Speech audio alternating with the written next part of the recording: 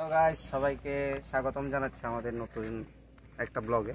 আমরা এখন এসেছি পটিয়ায় হাবিলাসদ্বীপ ইউনিয়নের চরকানাই ফুলতলের হাবিলাসদ্বীপ গ্রাম সর্দারপাড়ায়, মধ্যম সর্দারপাড়ায় শ্রী শ্রী জোরমা এবং লোকনাথ সেবাশ্রমে আমাদের মাঝে এসে উপস্থিত হয়েছেন একজন বিশিষ্ট সেবক, যিনি এখানে এসেছেন মায়ের সেবা নিতে।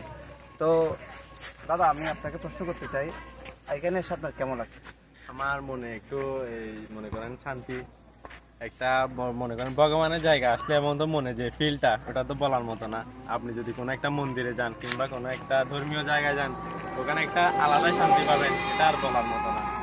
আপনি কোথা থেকে এসেছেন এবং কিরকম মনের বাসনা নিয়ে এসেছেন যদি একটু বলেন। আমরা আসছি হচ্ছে রাউজান গহিরা থেকে, আমার বাড়ি রাউজান গহিরা।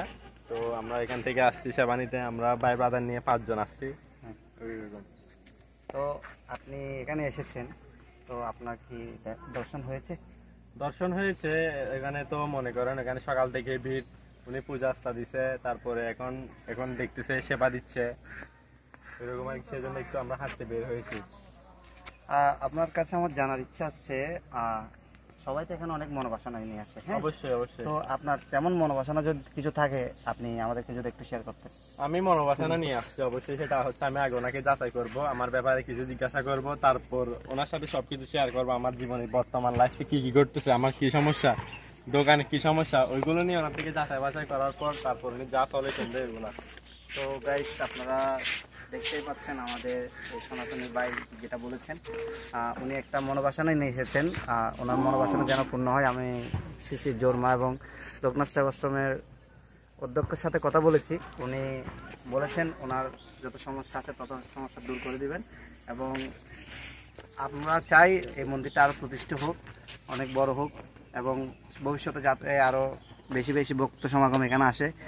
তো আপনারা এসে এখানে দেখা করে যাবেন। আমরা ওনার সাথে জিজ্ঞেস করে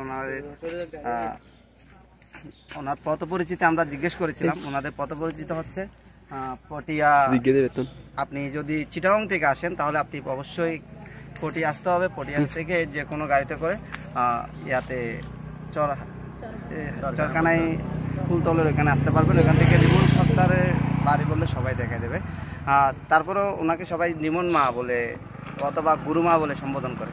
তো আপনারা আসলে এই পটিয়া থেকে এখানে চরকানাই ফুলতল আসতে পারবেন, এবং যদি উত্তর চট্টগ্রাম থেকে আসেন তাহলে আপনাকে অবশ্যই প্রথমে কালুঘাট আসতে হবে। কালুঘাট থেকে আপনাকে গুমদন্ডি আসতে হবে।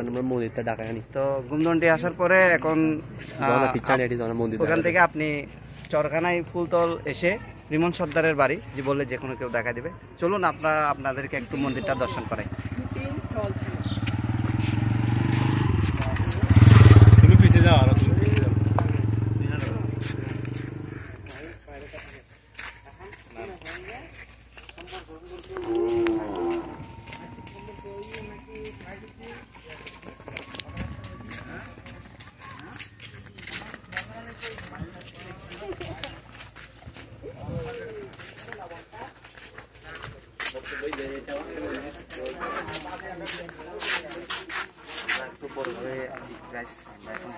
যাচ্ছি ওখানে কিছু ভক্ত সমাগমের সাথে কথা বলছেন।